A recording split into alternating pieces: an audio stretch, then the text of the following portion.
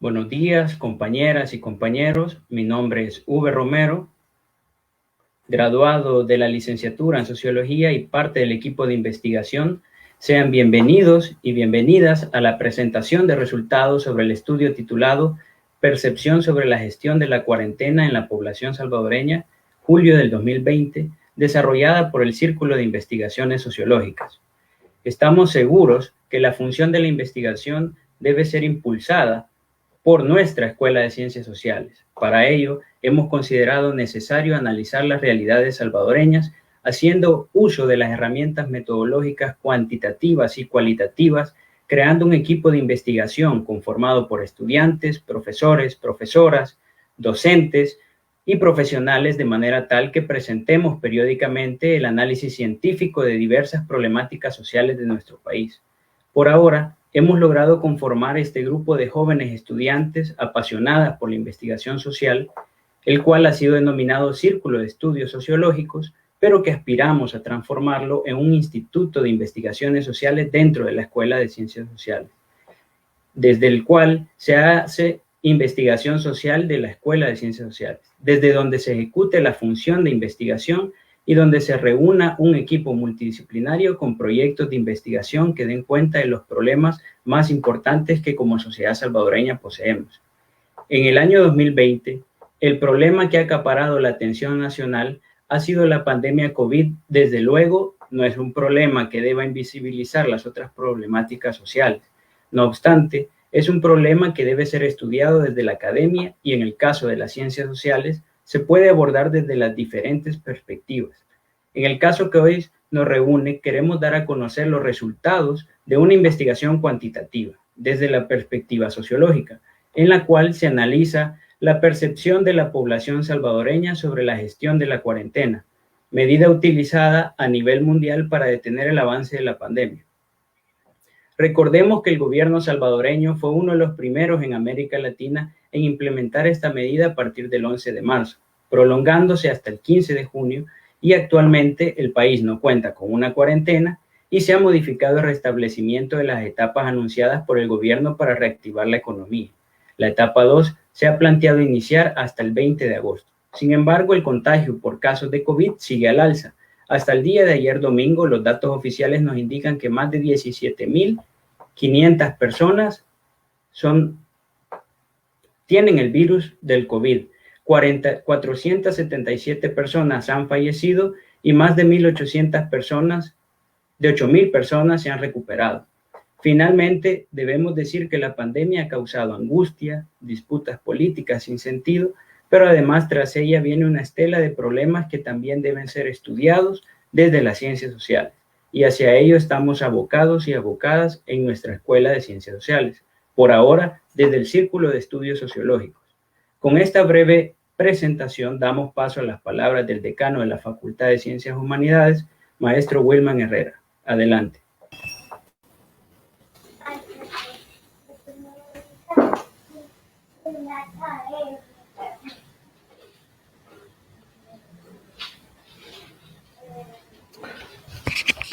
Muy buenos días. Quisiera saludar en este momento a doctor Ricardo Argueta por esta importante investigación realizada en la Escuela de Ciencias Sociales, a su equipo de investigadores. Decir pues que en Latinoamérica estamos nosotros una deuda enorme en el campo de la investigación. Creemos que dentro de este proceso de articulación de las tres funciones básicas de la Universidad de El Salvador, como la docencia, la investigación y la proyección social, la investigación es un elemento fundamental, extraordinario, indispensable. Una universidad que no investigue es como un hospital que no opera. Por lo tanto, la investigación tiene que ser el elemento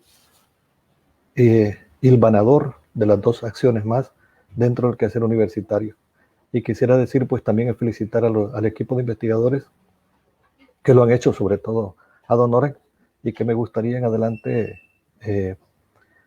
tratar de financiar esta área, ya que recién salíamos de vacaciones. Tuve una excelente noticia. El señor rector nos comunicó que ya está disponible una cantidad considerable para investigación. Esperamos en estos meses que nos quedan todavía del año poder invertirla. Por lo tanto, felicitar a la Escuela de Ciencias Sociales, al doctor Argueta y su equipo de investigaciones por este importante estudio sobre la gestión de la cuarentena por parte de la población salvadoreña. Este es un estudio más que viene a unar a los dos estudios que ya se hicieron a nivel del impacto psicológico que ha tenido la pandemia, que fue una importante investigación realizada por el Departamento de Ciencias Sociales, y uno también sobre la situación de los derechos humanos que lo desarrolló la Escuela de Posgrado de la Universidad de El Salvador. Así es que desear el mejor de los éxitos en esta presentación y estaré pendiente para escuchar la presentación del mismo. Buenos días y muchas gracias. Saludos para todos. Gracias, maestro Wilman Herrera, decano de la Facultad de Ciencias y Humanidades, por su intervención y por su propuesta de financiamiento a estas y otras ejercicios de investigación. Muchas gracias. Continuando con la agenda, llegamos al punto medular de este foro, la presentación de los resultados de la investigación realizada por el Círculo de Estudios Sociológicos, conformado por las estudiantes Maya Dimas, Marcela Acosta, el estudiante Jorge Arévalo, compañeros y colegas de la licenciatura en Sociología de cuarto año, el compañero egresado Jesús Mena, el compañero de la licenciatura en Artes Axel Monches y mi persona, coordinados bajo la dirección del director de la Escuela de Ciencias Sociales, Ricardo Antonio Argueta. Para ello, primero que nada, daremos paso a las generalidades de la investigación. El objetivo de la investigación fue medir la percepción de la población salvadoreña sobre la vivencia personal y colectiva de la cuarentena y sus efectos políticos. El universo con el que partimos para esta investigación es la población que oscila entre las edades de 18 a 65 años de edad. Esta cifra la tomamos de la encuesta de hogares y propósitos múltiples del año 2018. De esta población o de este universo es que nosotros y nosotras estimamos una población encuestada de 837 personas, definidas a partir de la fórmula para estimar una proporción poblacional para poblaciones infinitas. Cabe destacar que el error muestral ha sido el 2.8% y el grado de confianza del 90%. Adelante. El periodo de recolección de la información fue entre el 3 al 23 de julio, haciendo uso de un formulario de Google Forms que se llenó a partir de que se distribuyó a partir de mensajería vía WhatsApp y vía Facebook. Este cuestionario, este instrumento, se distribuyó gracias a referentes en cada uno de los departamentos, de los 14 departamentos de nuestro país. Estos referentes han sido de vital importancia para lograr los resultados obtenidos, puesto que ellos, al estar en el territorio, nos permitieron facilitar llegar a más población. El software que se utilizó para el análisis estadístico fue el PSPP y la distribución de las encuestas, como veremos en la siguiente lámina, ha sido a partir de la población que cada uno de los departamentos posee, siendo así San Salvador el que posee un mayor número de encuestas, con el 27% de las mismas, y Cabañas el menor, con un 2%. Un equivalente al 55% de las personas encuestadas fueron del género femenino y el restante 45% del género masculino. El promedio de edad, como ustedes pueden verlo en la lámina, ha sido de 31 años, pero debemos declarar que la mayoría de la población encuestada osciló entre los 20 a 25 años. Por último, el nivel educativo de la población encuestada es de un 44% ligado a la educación superior, es decir, 44% de las personas encuestadas ya tienen un grado académico superior alcanzado, un 38% con grado académico de bachillerato, un 14% son estudiantes universitarios en activo y un 4% de personas que tienen educación básica. Un 49% de las personas encuestadas trabaja en el sector formal, un 13% en el sector informal y un 44% afirmó no trabajar actualmente. Con esto, a continuación, las estudiantes de la licenciatura en Sociología, Maya Dimas y Marcela Acosta, compañeras que actualmente cursan el cuarto año de la carrera, nos compartirán los resultados de este estudio. Adelante, compañeras. Buenos días a todos y a todas. Para esta socialización de resultados, hemos estructurado la presentación del estudio en 6 apartados generales. Por mi parte, compartiré los primeros 3 y mi compañera Marcela los siguientes 3. El primer apartado, como pueden ver en la diapositiva, se titula El apoyo a una nueva cuarentena. Es necesario mencionar que la cuarentena se volvió la medida sugerida por la Organización Mundial de la Salud en marzo de 2020, ante el llamado de su director general. Desde ese momento, el manejo de la pandemia a través del confinamiento en los hogares y el distanciamiento social fue el marco paradigmático para que los países enfrentaran la COVID-19. Después de algún tiempo, profesionales en virología, epidemiología e infectología construyen una postura diferente, en la que cuestionan la eficacia de la cuarentena y promueven otras alternativas. Es en medio de este debate de paradigmas que como equipo decidimos consultar cuál era la postura de la población salvadoreña ante la gestión de la cuarentena. En la primera pregunta encontramos que un 67% de la población evalúa entre buena y excelente el manejo de la cuarentena por parte de las autoridades, mientras alrededor de un 33% la considera entre poco y nada buena. En la segunda pregunta, la idea de llevar a cabo una nueva cuarentena es apoyada por un 71% de la población encuestada. En la tercera, consultamos sobre la disposición a acatar esta nueva cuarentena. Un 77% dijo que tenía entre bastante y mucha disposición. La cuarta pregunta fue si consideraba que la cuarentena ha sido resultado de un producto de un análisis técnico y científico de la situación sanitaria en el país. Un 51% dice que sí lo fue, mientras un 49% dice que no. Sin embargo, a pesar de las dudas que puedan haber al respecto, un 71%, ya habíamos dicho, apoya la idea de implementarla nuevamente. La quinta pregunta es sobre las medidas que la población considera que debe de implementar el Estado para controlar los brotes masivos por COVID-19. Lo que obtuvimos fue que un 55% considera que es necesaria la cuarentena focalizada y un 48% dice que la cuarentena nacional. Hay un porcentaje que considera que cualquiera de las dos puede ser posible. La última pregunta en este segmento era sobre si considera que la estrategia de la cuarentena lograría aplanar la curva de casos confirmados por COVID-19. El 62.5% considera que sí y el 37.7% considera que no. Al observar todas estas respuestas, podemos concluir que la población salvadoreña apoya la aplicación y la gestión de la cuarentena en el país y además podría disponerse a una nueva cuarentena, aunque no todas crean que es producto de un análisis científico o que logre disminuir los contagios. El segundo apartado abarca la confianza en el gobierno. Las preguntas relativas a este punto son las siguientes. La número 7 hace referencia a cuál es el grado de confianza que las personas le otorgan a las cifras por contagios presentadas por el gobierno. Un 44% de personas dice tener alguna y mucha confianza por las cifras de contagio y un 56% dice tener poca o nada de confianza.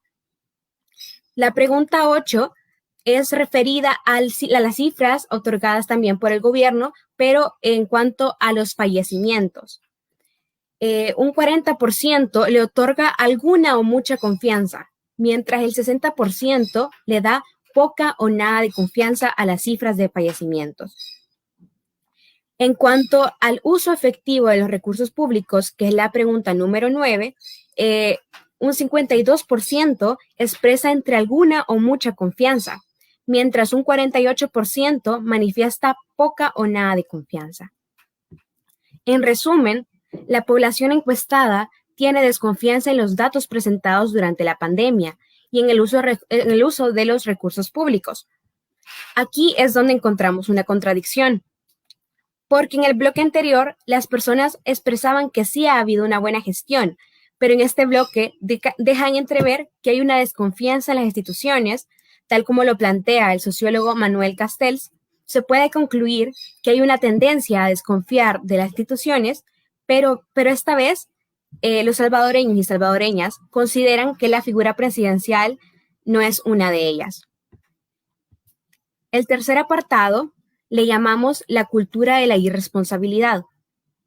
Se titula de esta manera porque al preguntar quién es el principal responsable de aumento de casos por COVID-19 en El Salvador, un 47% de las personas considera que es la misma ciudadanía, mientras un 22% se la atribuye al gobierno central, un 16% a la Asamblea Legislativa.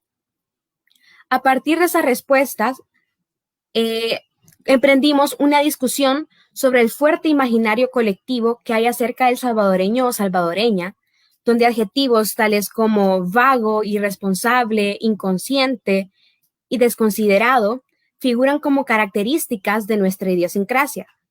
Específicamente en este contexto, esta percepción está fuertemente dirigida hacia las personas que en su mayoría no pueden atender el eslogan internacional de quédate en casa y que por tanto quebrantan su responsabilidad social individual. Esto permite que se vea al otro como irresponsable y también nos autopercibamos de esta manera. Ante esto, nos planteamos dos hipótesis. La primera corresponde a la forma en que este imaginario se reproduce y llega a nosotras. Aquí tomamos como factor elemental el peso discursivo de la narrativa oficial lanzada desde las redes sociales del presidente, en donde se encarga de culpabilizar a otras entidades, incluidos la ciudadanía, codiciosa y vanidosa, como escribió en su estado de Facebook el pasado 30 de abril.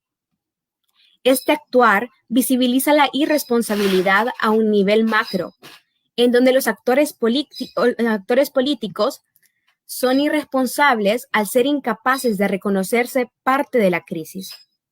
La segunda tesis fundamental explica que el gobierno salvadoreño ha aprovechado este contexto e imaginario preexistente para legitimar el uso de medidas autoritarias como la detención de personas que infringen la cuarentena, la heroización de la Fuerza Armada y el cierre de espacios de manera repentina, tal como se pudo observar en el actuar con la población del Puerto de la Libertad.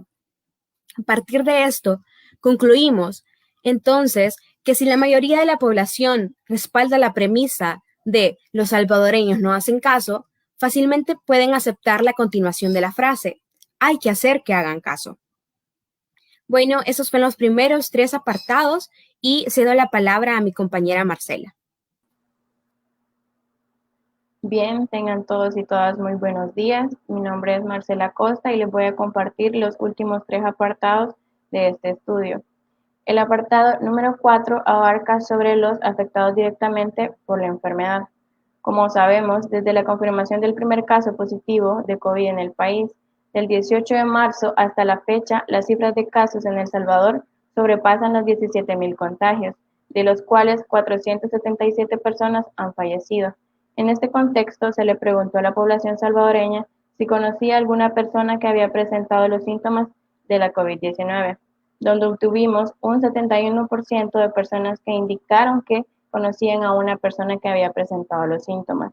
Al preguntar sobre qué grupo pertenecía, un 43% indicó que eran personas conocidas, el 33% afirmó que fueron amistades y un 24% contestó que pertenecían a su grupo familiar.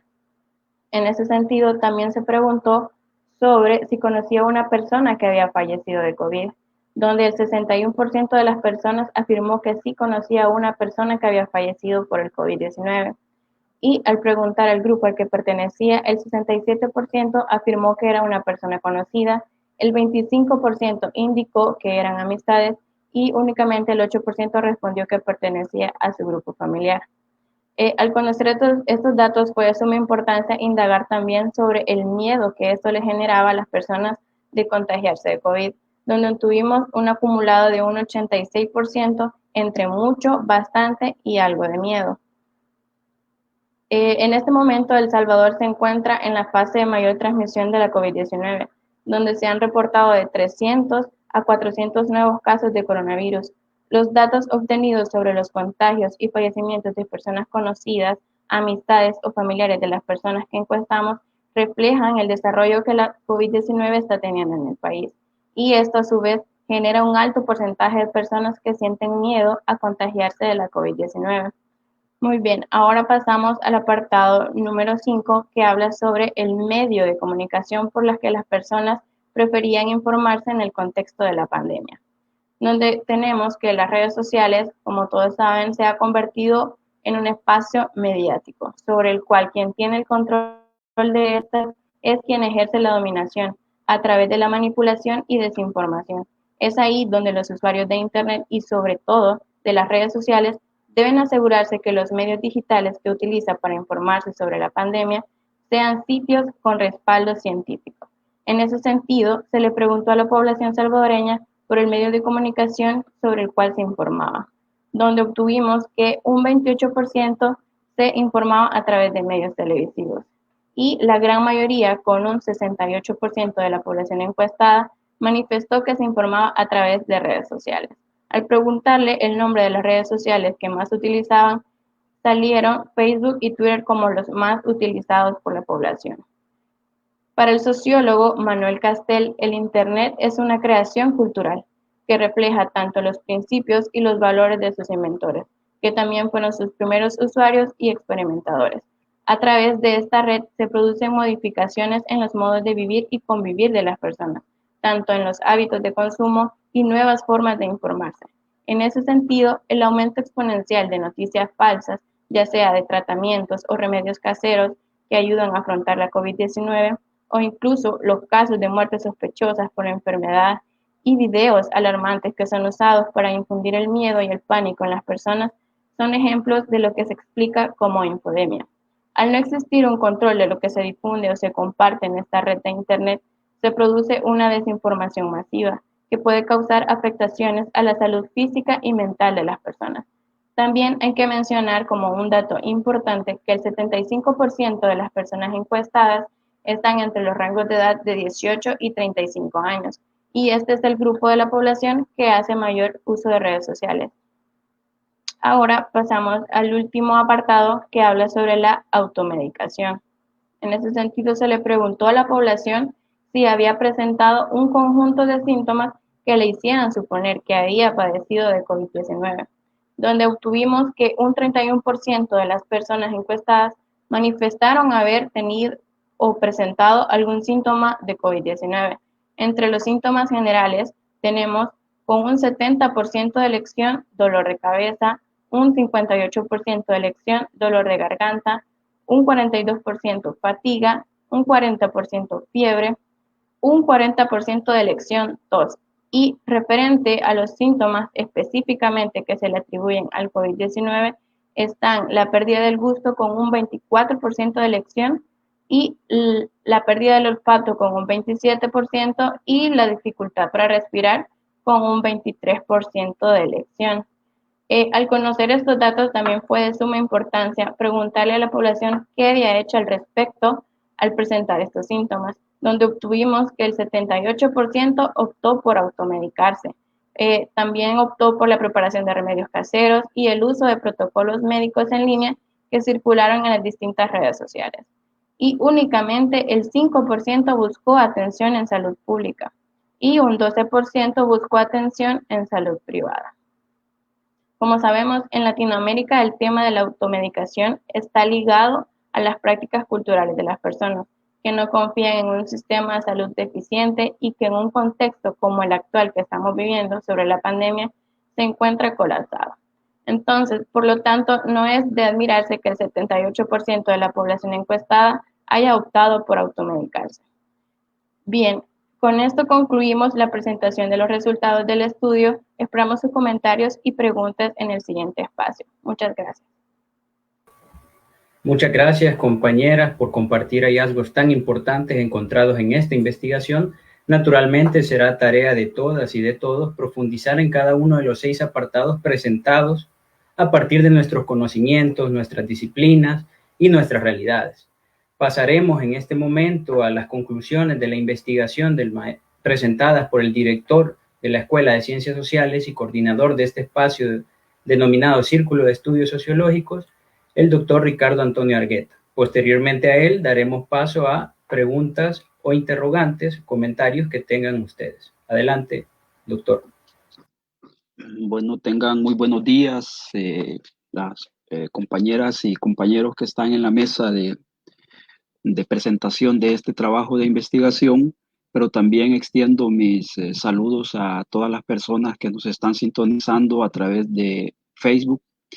Y yo creo que a partir de los datos que se han presentado en la investigación, me concentraría en 2 o 3 temas que me parecen fundamentales porque son parte de la discusión que está sucediendo en la sociedad salvadoreña en el presente.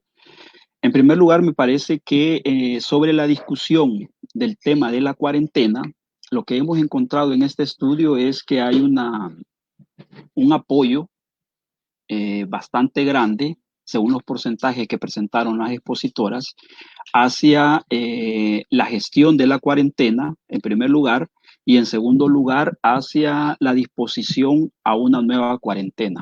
Es decir, que la población conecta el hecho de que si ha habido una gestión adecuada, que estaría entre muy buena y excelente, y consideran que la cuarentena es la mejor medida para detener la curva, entonces la población expresa su disposición y la aceptación a que haya una nueva cuarentena.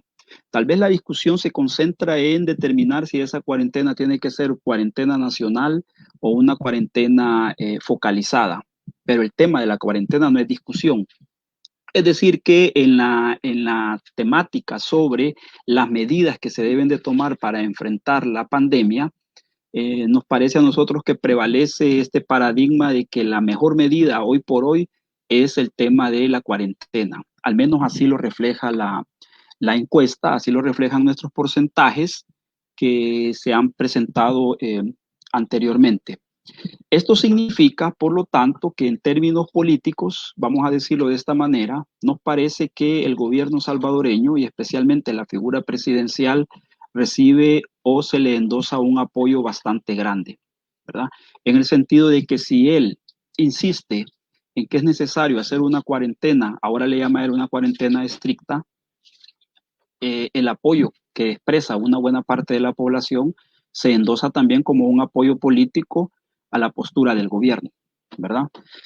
En ese sentido, también me parece que una segunda conclusión es que la gente considera que a pesar de que ha habido una buena gestión y que confían en el hecho de que la cuarentena es la mejor medida, tampoco vamos a decir que confían totalmente en los datos que se presentan sobre la gente que se contagia y la gente que ha muerto, ¿verdad? En ese sentido, lo que esto significa es que aunque en esa pregunta disminuyen los porcentajes de aceptación de los datos, esto mismo lleva a pensar a la gente que es necesaria la cuarentena. ¿Por qué razón? Porque si los datos que nos han presentado las instituciones les tenemos cierta desconfianza y consideramos que pueden ser más altos, eso mismo justificaría el hecho de que una cuarentena ayudaría a reducir la famosa curva, ¿verdad? O aplanar la curva, que es el tema en discusión.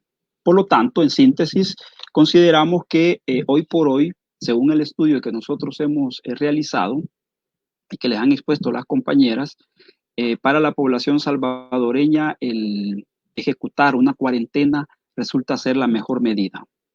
Y esto se traduce, por lo tanto, en un apoyo también político al gobierno actual. En cuanto al uso de recursos, hay una, diríamos, aunque hay una confianza en el uso de recursos, cabe la posibilidad que poco a poco esa confianza se pueda disminuir en la medida que aparecen casos, ¿verdad? Especialmente a través de los medios de información, casos de un uso inadecuado de los recursos que se han destinado a la pandemia.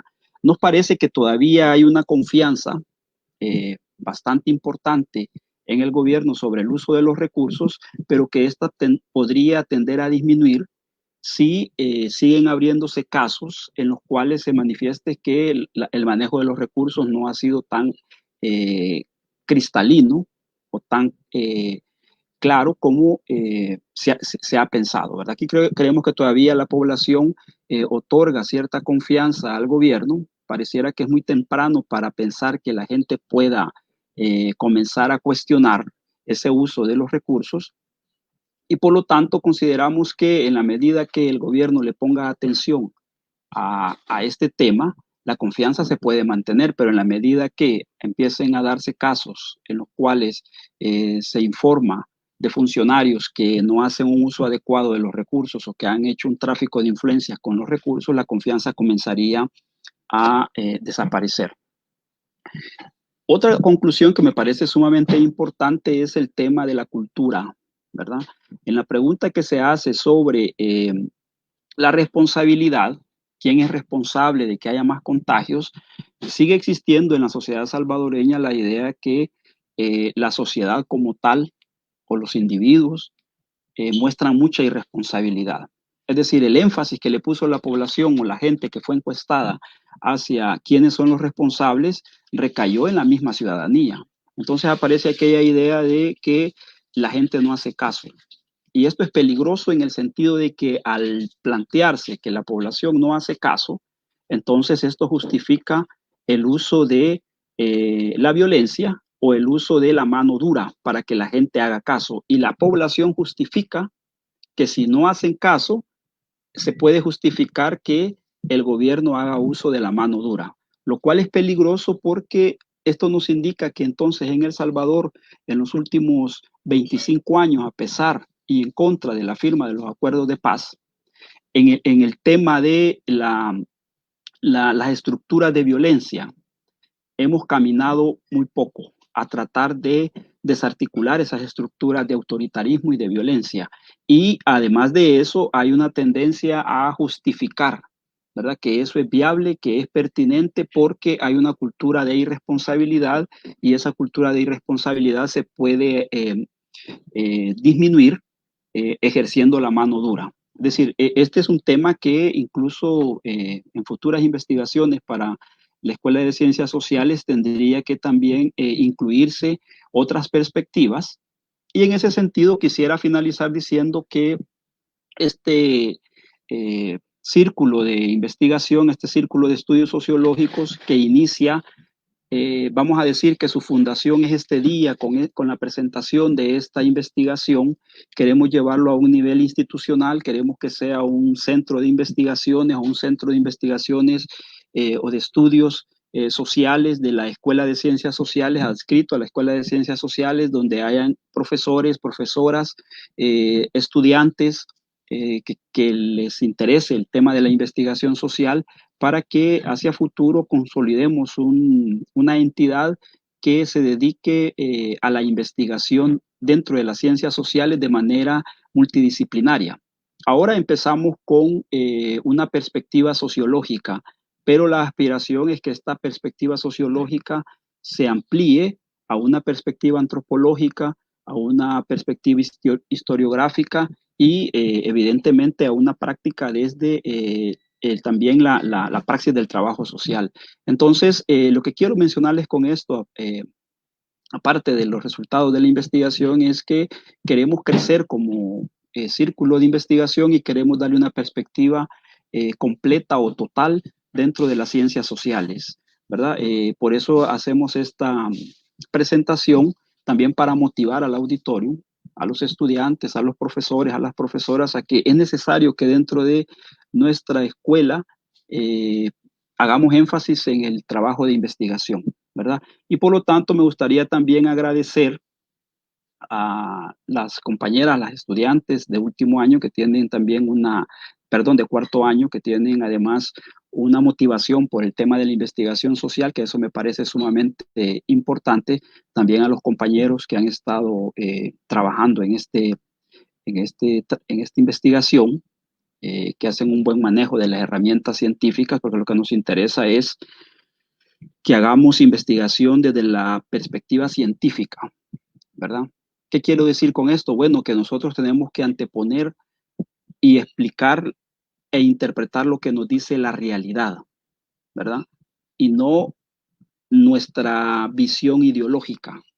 Todos tenemos una visión ideológica, pero en este tipo de trabajos y en este tipo de investigaciones tenemos que dejar que la realidad nos hable y no tratar de amarrar esa realidad a nuestra visión ideológica. Por ejemplo, en el tema de si la gente está de acuerdo en hacer una cuarentena, una nueva cuarentena o no, y si la realidad nos dice que la mayoría de la población expresa que sí estarían en la disposición y que además consideran que la cuarentena es la mejor medida, pues es lo que tenemos que explicar y manifestar al auditorium, porque es lo que nos arroja la encuesta, ¿verdad? Independientemente de nuestras preferencias políticas o no. Bueno, y finalmente me gustaría agradecer las palabras del señor decano. También disculpar a la señora vicedecana porque me dijo que por problemas de conexión no era posible estar esta mañana, pero nos envía sus saludos, y agradecer a toda la audiencia y al equipo investigador. Esperamos en próximas ocasiones presentar nuevas investigaciones con nuevas temáticas y posiblemente a partir de un diálogo entre las ciencias sociales, que es realmente lo que nos interesa y a lo que le queremos poner mucho énfasis. Muchas gracias. Muy bien, doctor Ricardo Antonio Argueta, director de la Escuela de Ciencias Sociales. Muchas gracias por sus conclusiones y por sus comentarios. En estos momentos damos paso al segmento de preguntas, interrogantes o comentarios que hayan presentado las personas que nos están viendo por Facebook Live. He seleccionado 3 preguntas, las primeras 3 que enviaron. Estas 3 preguntas van a ser respondidas.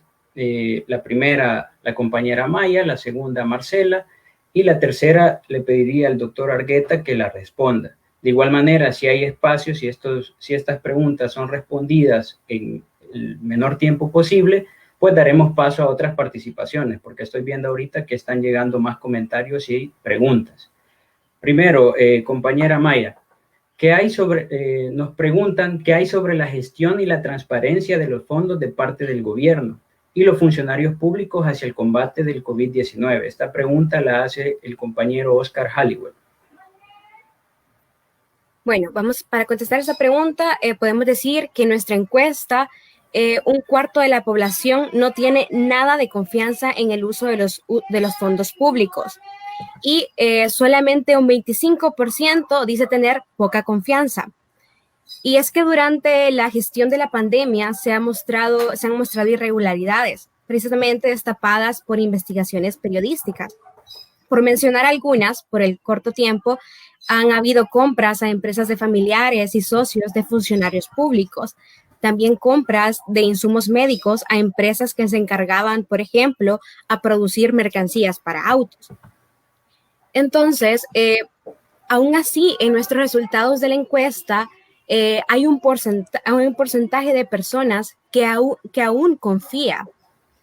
Como podríamos mencionar, un 50%, como veíamos, que todavía le da una confianza al uso de estos fondos públicos. Podríamos atribuirlo en aproximarnos a una respuesta, a una razón de esto, a la confianza que hay en la figura presidencial y también a la cultura política de la ciudadanía salvadoreña, que no está acostumbrada a fiscalizar y a ejercer contraloría a las instituciones. Entonces aquí lo que observamos es nuevamente esto de atribuirle esta confianza a la figura presidencial, pero sin considerarla parte de una institución a la que también se le deben solicitar que todo vaya bastante medido, e incluso hemos visto que hay denegaciones a entrega de información. Entonces, eso que podríamos también da parte a que nosotros reflexionemos acerca de la transparencia en el uso de los fondos públicos y lo importante que es fiscalizarlo como ciudadanía en una crisis sanitaria tan fuerte como la que estaremos viviendo ahorita y post pandemia. Muchas gracias, Maya. Pasamos a la siguiente pregunta. El periódico digital Dossier nos hace un comentario. En la distribución porcentual sobre los síntomas que percibe la población, en los porcentajes no cuadra. Y nos preguntan, ¿es así como lo arrojó el programa PSPP? Marcela, ¿podrías respondernos esta interrogante? Sí, bien, en esta pregunta las personas tenían la opción de seleccionar varios síntomas. Como sabemos, únicamente es pocas las personas que presentan o solo dolor de cabeza o solo fiebre. Entonces se le dio la opción a las personas de que también podían seleccionar todos los síntomas que habían presentado. Y por eso los porcentajes están distribuidos de esa manera. Por ejemplo, el de la fiebre se seleccionó 107 veces, esa fue la frecuencia, y por eso corresponde al porcentaje del 40%. Igualmente con el dolor de cabeza se seleccionó 185 veces, y eso corresponde al porcentaje del 70% de elección, solamente. Bien, muchas gracias, Marcela. Bueno, vamos a dar paso a la siguiente interrogante. Esta sería dirigida al doctor Argueta. Nos pregunta Jaime, ¿cómo podemos relacionar las acciones del gobierno de El Salvador con las condiciones históricas y estructurales del país para delimitar las responsabilidades de los funcionarios de turno? Maestro, ¿nos podría ayudar con esa respuesta?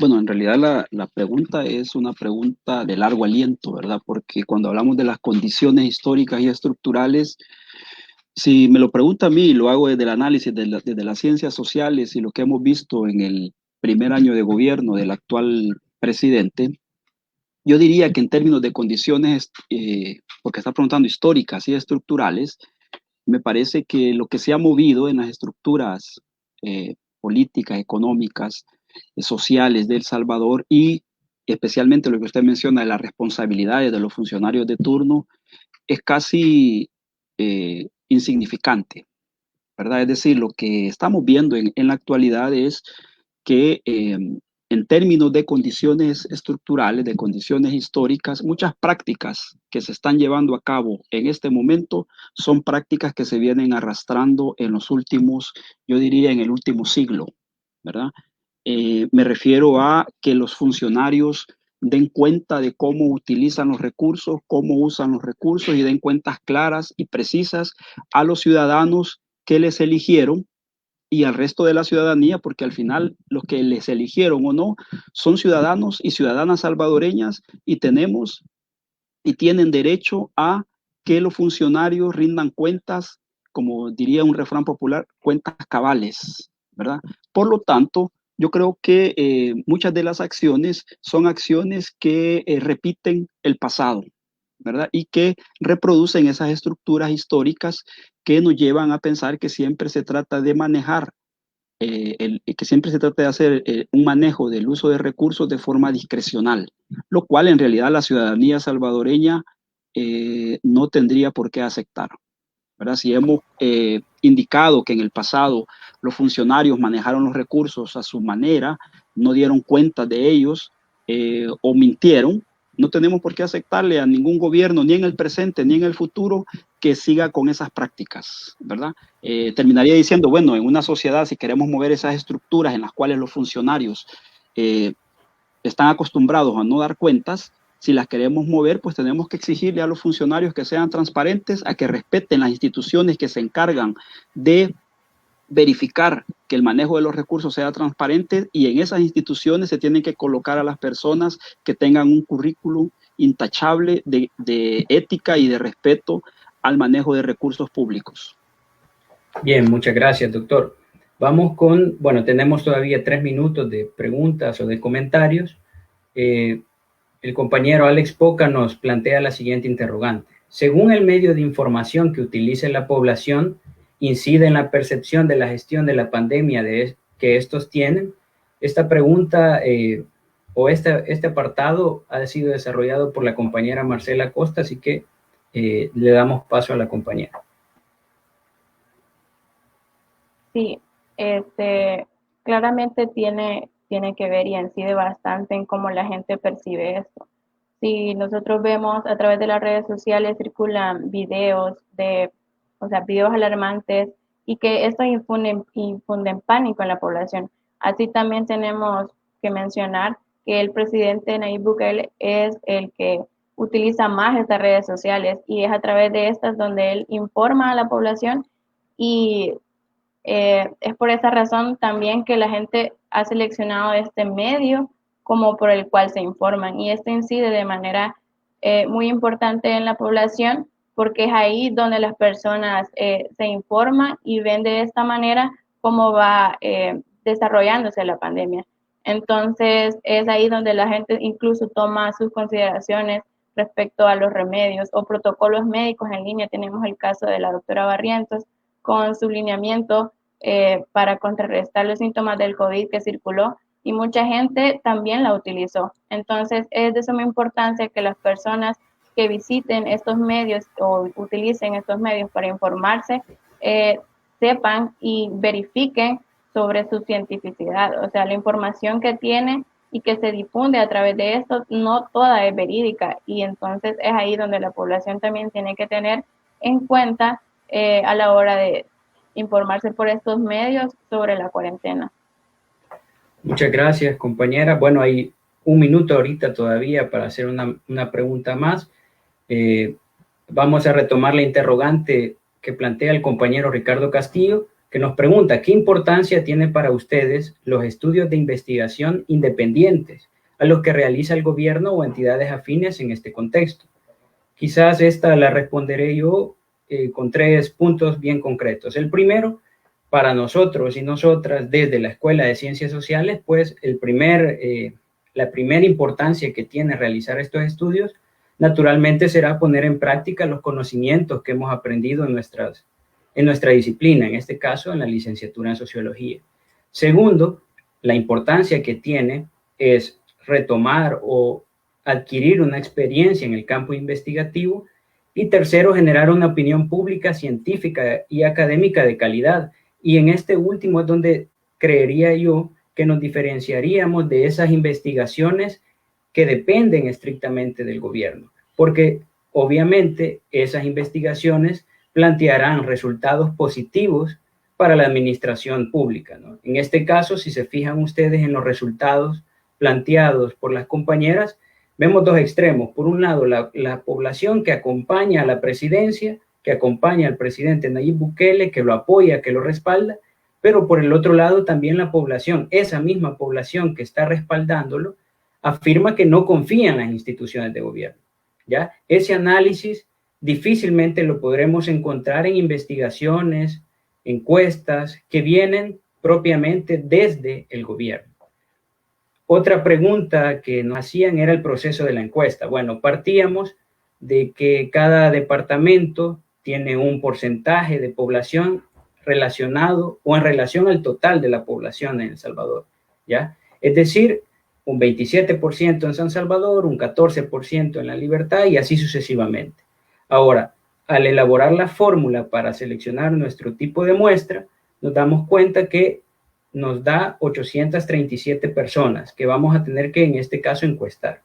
Esa población, esa muestra de 837 personas va a ser distribuida bajo los mismos parámetros de porcentaje de la población en cada uno de los departamentos. Es decir, que de 837 personas encuestadas, el 27% estará precisamente en San Salvador y así sucesivamente, el 11, 14% en La Libertad, el 9% en Santa Ana, San Miguel y así. El proceso para difundir la encuesta fue a partir de mensajería vía WhatsApp y vía Facebook. El formulario se desarrolló en Google Forms y además hay que destacar que este formulario ha podido distribuirse por el territorio, con la ayuda de referentes en cada uno de los departamentos. Estos referentes nos permitían distribuir la encuesta en todo el territorio. Estos referentes y estas referentes eran estudiantes de multidisciplinarias de Santa Ana, San Miguel, San Vicente, estudiantes, profesores y profesoras que viven en cada uno de esos departamentos y profesionales graduados o amigos y amigas que ya están viviendo en cada uno de esos territorios y que naturalmente tienen contacto con la población en ella. Bueno, terminado el apartado de interrogantes y de comentarios, agradecerles obviamente a cada uno y a cada una de ustedes que nos han puesto sus comentarios. Lastimosamente el tiempo es corto y tenemos una agenda apretada. Les queremos agradecer porque han permanecido en este espacio y también les queremos agradecer por participar activamente en este esfuerzo, por estar pendientes de esta primera publicación de estudios.